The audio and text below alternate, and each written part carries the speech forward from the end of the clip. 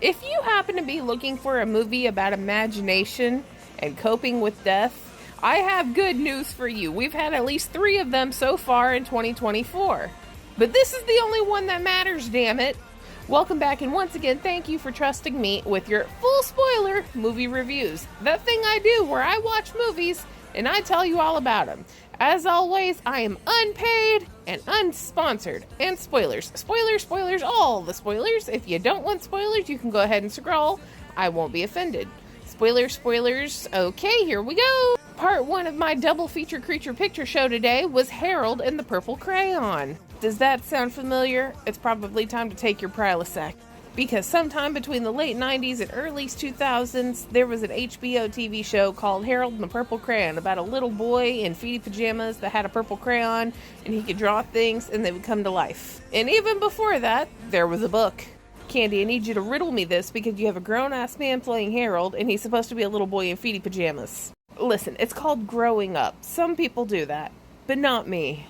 But anyway, so Harold is living in his purple crayon world where he can do anything, he can go anywhere, and he can draw whatever he wants with his friends Moose and Porcupine and his narrator. And like, he grows up in the book and now he's a big man still in feety pajamas, still friends with Moose and Porcupine, drawing shit and listening to his narrator.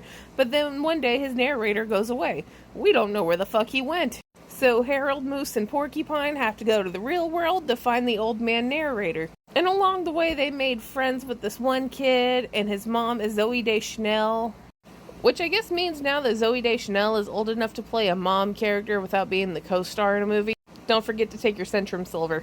But the kid is grieving the loss of his dad, and he does that through his little imaginary friends that are like hybrid animals. Because he has one that's like a lion, lizard, dragon thing, and there's a pandaconda. It's stuff like that, but the little boy is going to help Harold find his narrator. Well, while all that's going on, you have this guy who's a librarian who wrote like a high fantasy book that kind of knocks off Game of Thrones. And he has no friends, and he can't get a date. But he sees Harold with his purple crayon, and he wants purple crayon so that he can draw and live in his own fantasy world, and he'll finally be long.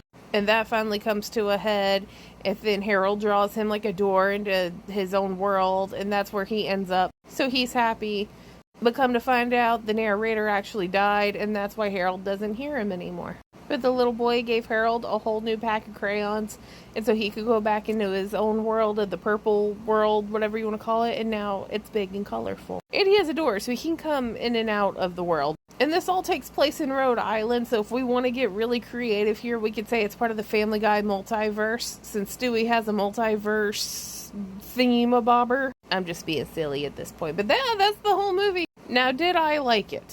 Yeah, it was cute. Don't expect too much from this, okay? This isn't like we're gonna get super in-depth in feelings like Inside Out. We're not getting a fuck ton of exposition here. It is what it is. It's like a storybook. This is very little kid Smurfs coded. You know, the Smurfs movie, it had Neil Patrick Harris in it. It feels a lot like that. But that's not necessarily a bad thing, because we see what happens when you put too much exposition in a small child's movie. We're looking at you, If. You know, the Imaginary Friends movie with Ryan Reynolds that came out a couple of months ago. You know, where they made cute, like, cartoon Imaginary Friends, but then the exposition got super fucking deep, and I think they were trying to pull a Pixar, but it didn't work out very well. Remember, guys, we're working for 7-year-olds. Keep it simple. And then, of course, you have Imaginary Friend from Blumhouse, but that wasn't a child's movie. That wasn't really an anybody but Crush Parking Lot Candy movie, because nobody else seemed to like it.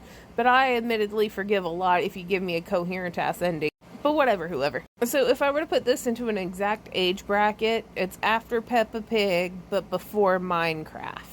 So like 6, 7, 8. Classroom friendly. Very, very, very classroom friendly. You're going to be super okay in there. And the other thing being is Rotten Tomatoes, it's not getting a good score right now. Like the critics, the ones that actually get paid and shit, are not treating this very well.